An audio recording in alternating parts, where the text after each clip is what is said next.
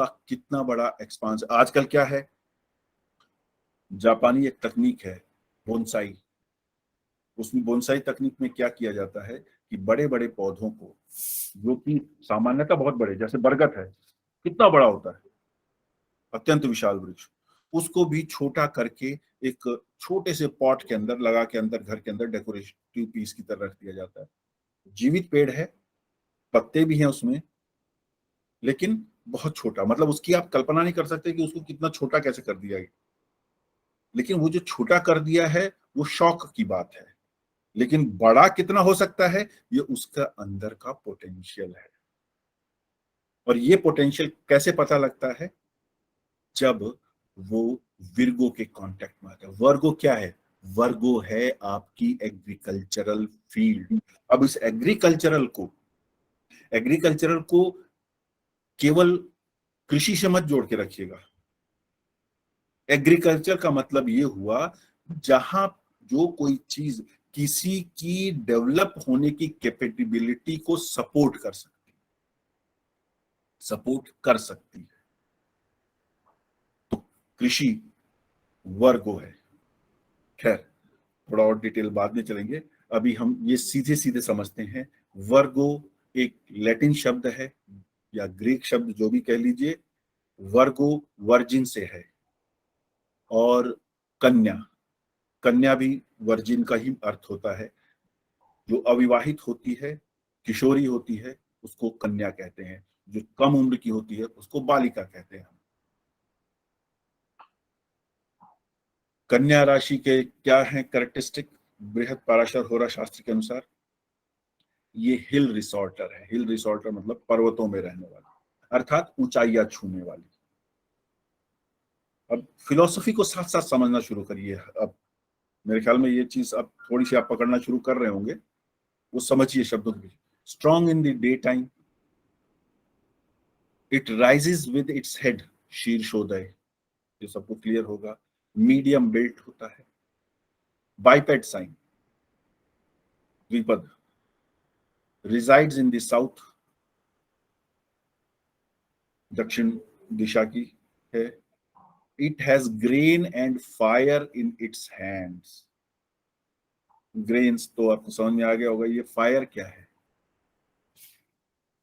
Fire वो abilities है जिसकी वजह से, जैसे मैं आपको समझाता हूँ, ये कौन सी फायर की बात कर रहा है।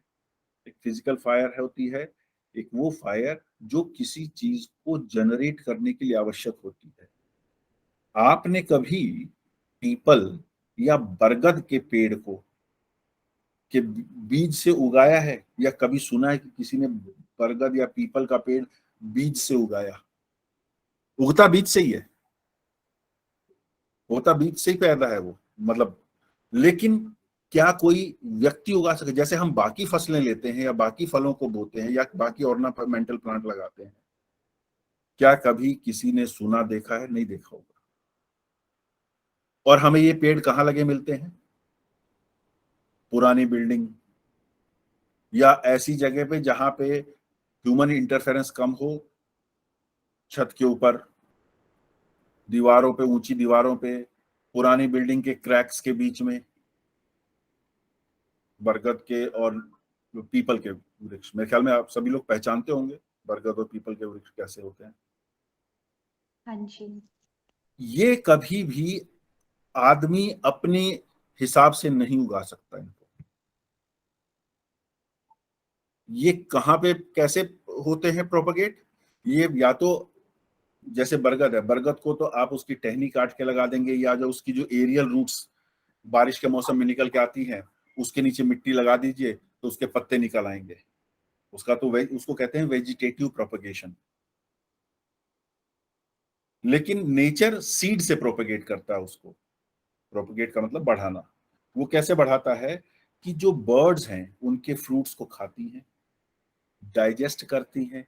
डाइजेशन हीट से होता है। 6th हाउस की राशि है ना, डाइजेशन की बात आ गई क्योंकि ये इंटेस्टाइन की राशि है। डाइजेशन होता है, वो जो डाइजेशन है उससे जो बीज है, बीज के ऊपर की एक खोल होती है वो कमजोर हो जाती है रिलेटिवली, फिर वो बीट कर देती है वो बर्ड। वो बीट कहां करती है? किसी ऊंचे जगह पे बैठ के, किसी दीवार पे बैठ के। तो वो जो बीट से जो सीड बाहर निकला, वो उस ईंट के ऊपर, उन पत्थरों के क्रैक्स के बीच में फंस जाता है, और उनमें जब भयंकर धूप पड़ती है और उसके बाद कभी बारिश हो जाती है, तब वो जो सीड की जो शेल है, तब वो फूटती है, तब वो बीज निकल पाता है। अदरवाइज वो उतना टेम्परेचर अगर उसको ना मिले तो वो कभी भी बीज उगेगा नहीं। कहने का अर्थ क्या है, ये समझाने के लिए मैंने बताया। तो ये सर्टेन अमाउंट ऑफ हीट सबको चाहिए होता है। जो डाइजेशन है जिसकी मैं बात कर रहा था, जिसका डाइजेशन कमजोर होता है, तो उसको आयुर्वेद में कहते हैं इसको मंदाग्नि हो गई है, मंद अग्नि। इसकी जो डाइजेस्टिव हीट है वो कमजोर हो गई है, इस वजह से डाइजेशन ठीक नहीं होता है, और जब डाइजेशन ठीक नहीं होगा तो बॉडी के अंदर इन्यूमरेबल डिजीजेस आ सकती हैं। तो ये वो फायर है। It belongs to business community. Obviously Mercury इसका रूलर है, तो इसलिए बिजनेस तो आएगा ही। मरकरी इज बिजनेस, लेन देन रहेगा ही रहेगा उसमें। इट इज वेराइगेटेड, रंग बिरंगी है, मल्टी कलर्ड है बेसिकली, या मल्टी डायमेंशनल भी आप कह सकते हैं इसको। It relates to hurricanes. Hurricanes मालूम है? चक्रवातों, वो जो क्या बोलते हैं, वो हवा के जो आते हैं बड़े बड़े तूफान, साइक्लोन से मिलते जुलते, मिलते जुलते। इट्स अ वर्जिन, कन्या है, विवाह नहीं हुआ है, छोटी बालिका नहीं है ये।